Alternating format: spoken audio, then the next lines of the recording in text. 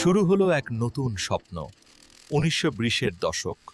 প্রথম এলো যন্ত্রের ছবি, এক যুগান্তকারী ভাবনা। পরবর্তী সময় বড় বক্স, কাঁচের পর্দা, ব্ল্যাক অ্যান্ড হোয়াইট ছবি দেখা ছিল এক বিশাল আনন্দ। সিআরটি টিভির যুগ। এইবার এলো রং। প্রথমবার আমরা জগৎকে দেখলাম সঠিক চোখে। মনোরম রঙিন পর্দা, বিনোদনে নতুন মাধ্যম। হঠাৎ টিভির সবচেয়ে বড় সমস্যা মিটল।